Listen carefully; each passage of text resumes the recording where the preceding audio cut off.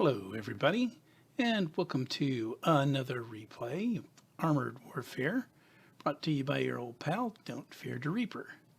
Now today's replay is brought to us by one of my battalion mates, Gypsyace, a really excellent game he had in the new anniversary gift tank everybody's trying out, the IS-7.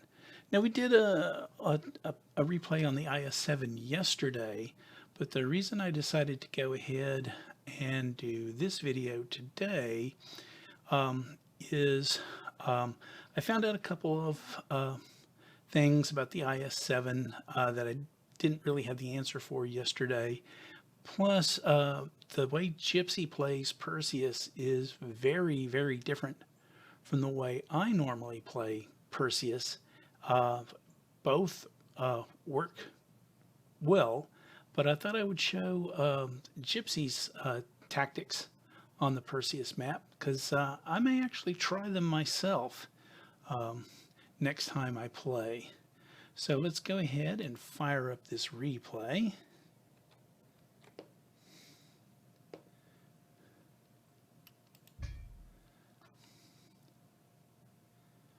As you can see, there's a difference here between my game yesterday and Gypsy's game, in that in my game, which was on the Scorpio map, there was only one IS-7. Here we have 4 IS-7s and an AFV, which should be actually a pretty good mix for this map. You've got the BMP-1 to scout for you, and then you've got these monster heavy tanks to lay waste to the bots. So now Gypsy, normally what I do is I will run straight up to about A7, and there's a nice rock to hide behind, and I will fight from there. Now you can see Gypsy here, he's going through this little gap in the rocks and running along the backside of this riverbed. He's not engaging those bots up there on the other side of the river, but instead he's working his way around back behind them. And I imagine what he's up to is he's going hunting for the artillery. And the rest of the team is taking a more traditional deployment, defending the first cap, so they can afford to have Gypsy go off and make this little end run for them while they do that.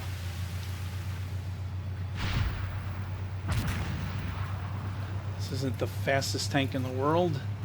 He's doing about, what, 20-25 kilometers, looking for that artillery, and there it is.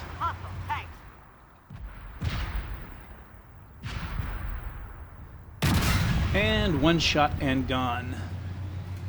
So now, like I said, because I don't ever play Perseus this way, I didn't realize that he's actually in behind the spawn point for the bots. So he's able to put some shots into the bots here at the end of the first cap circle.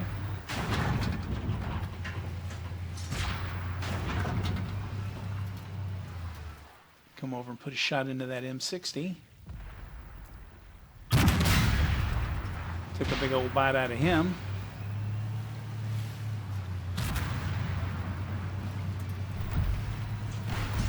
And now he's working his way back and getting ready to set up for the second cap point.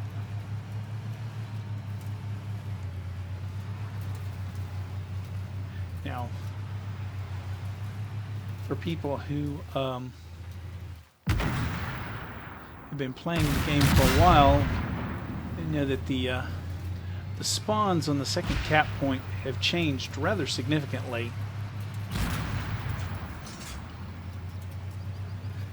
Used to, they would all pretty much come from one direction, with the exception of a single artillery piece.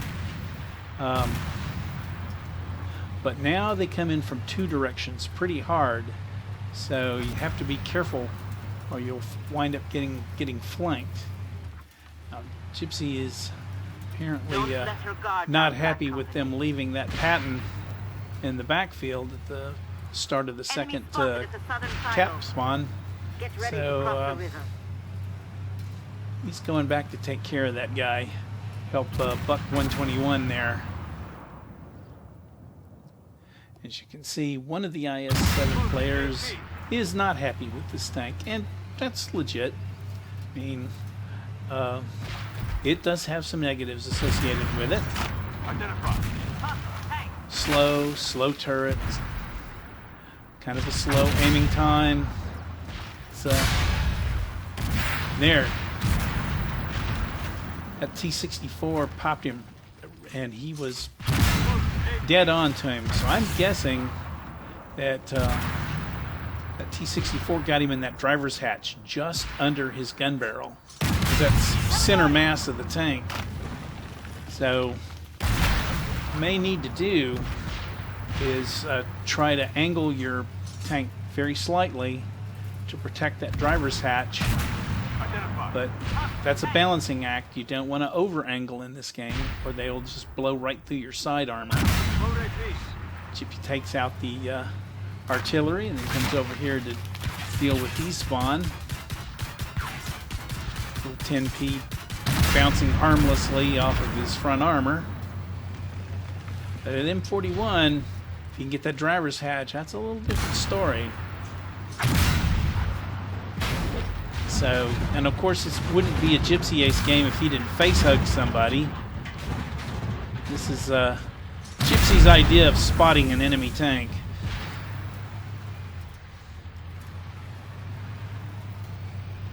So, M41 dealt with. Got about another 2 minutes on the second objective. And he gets a ram kill, another Gypsy trademark. You see him do that just about every game. At least one ram kill. Now he comes back to help clean up the last of the bots on the second spawn point. At 10p, those 10ps are dangerous. Keep that in mind, kids, when you're playing PvE in an IS-7. I've had, or not 10ps, the PAC-90s. PAC-90s blow right through my front armor to the front.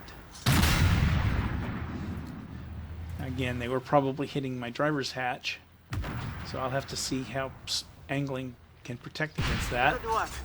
There will be more coming, though. NPAA forces are heading to the western silo en masse. Okay, so cross the river again to go around the rocks. Now, we're starting out the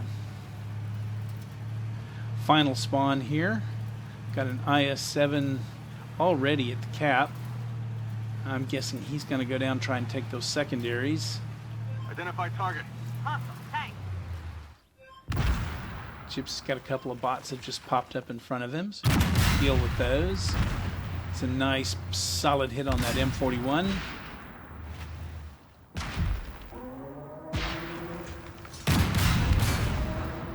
And another good hit.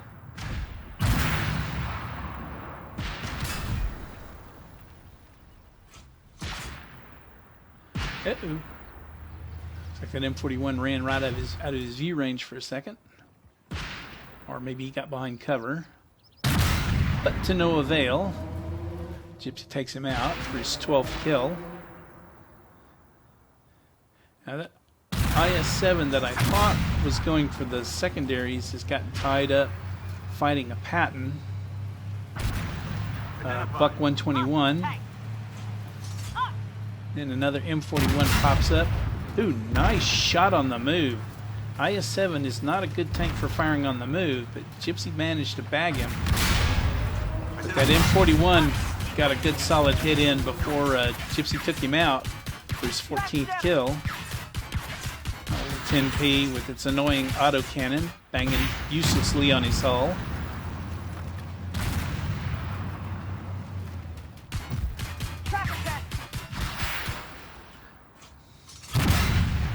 Gypsy polishes off the AFV.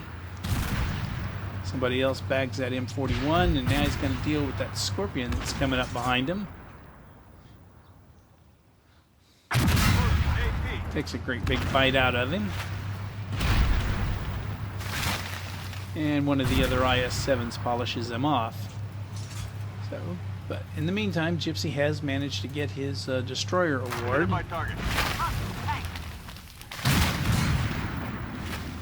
Still not sure what Buck 121's plan is. Keeps kind of vacillating, but sometimes I think he's going for the secondaries and sometimes not. Looks like the plan to get the secondaries is back on, and he's got a little help from one of the other IS-7s.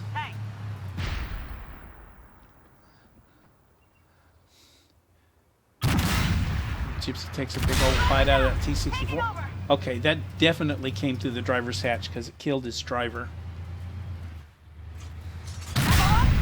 Identify target. So, oh, there's the bosses. They've spawned them. Identify.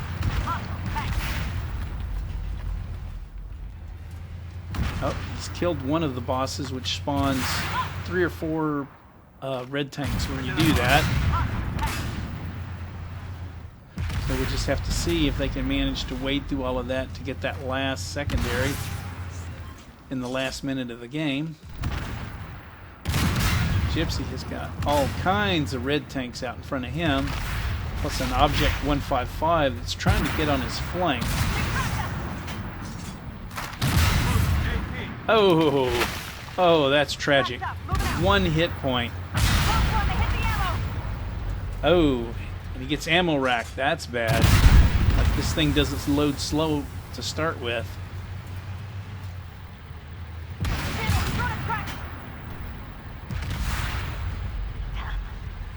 Oh, and that M41 on his flank, that's going to do some damage if he doesn't get rid of him. He's trying to back up so he can... Okay. Takes that T-92 out of there. Still got that M41 and a Starship. But there's only a few seconds left, so he definitely got the game in the bag. It's just a question of whether he gets his 20th kill or not, but he doesn't. But 19 is very respectable, very respectable. So he had a very good game.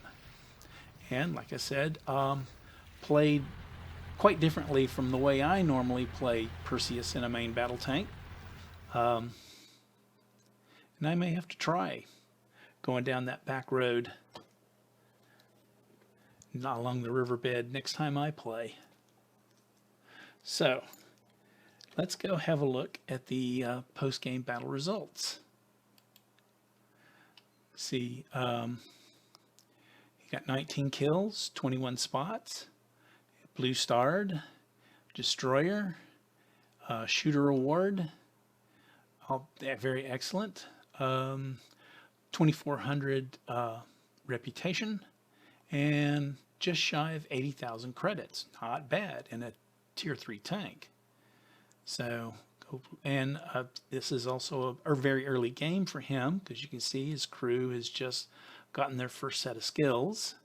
And he was indeed using Philip for the view range buff, as opposed to Carlos for the reload buff.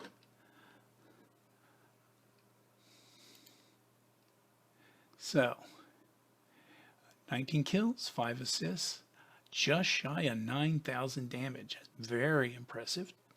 21 spots. Just an excellent, excellent game. So, congratulations to Gypsyace for a game well played, and for me, some lessons learned. Hopefully you guys picked up a tip or two for yourselves along the way. Thanks for watching, and we will see you next time. And until then, happy tanking.